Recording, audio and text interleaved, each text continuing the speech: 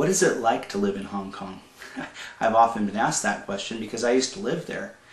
It's kind of hard to explain to some people. I think, sometimes they just might get the wrong idea in their heads. Maybe they're thinking of this.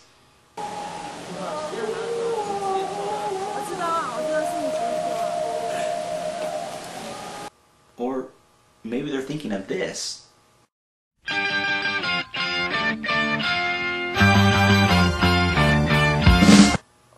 I'm not really sure why it is that Americans think the way that they do about these things, but I thought it would be interesting to take a look at what it actually looks like to live in Hong Kong, and what the buildings are like and what the people are like.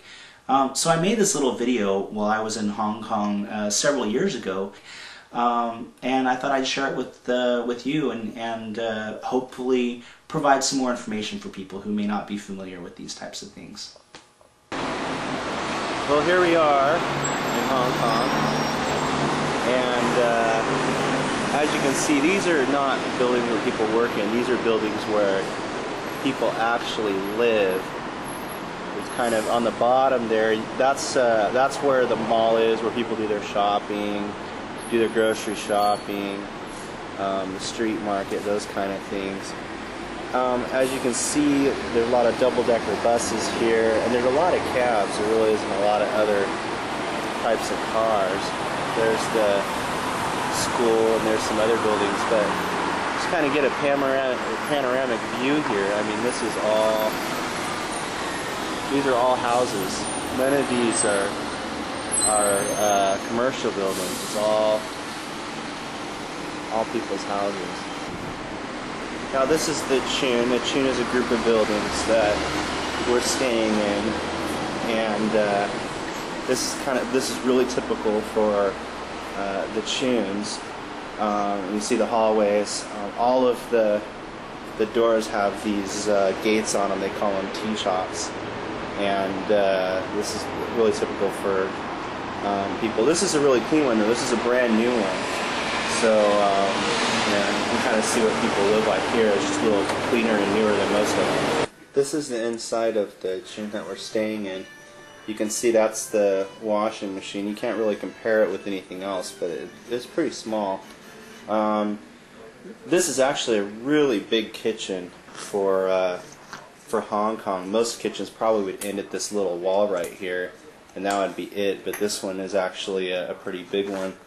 This is the living room here, where you sit, and then we go back over here. We have the bathroom. This is actually a very nice place that we were able to stay in. Hi, Chin Chin. And here's the shower. You kind of look here. The showers in Hong Kong use these water heaters. And that's the only type of water heater. The water just runs through that little pipe right there, and through that little heater, and so you can't really take very long showers. This is the master bedroom. The beds are really hard. They're hard as a rock. I mean, I don't know if you can see, but just trying to press on it, I mean, even sitting on it, there's not much padding there. Just kind of looking out the window here. Kind of just a lot of tall buildings, and they don't have heaters. Just no central air. You just have the wall air.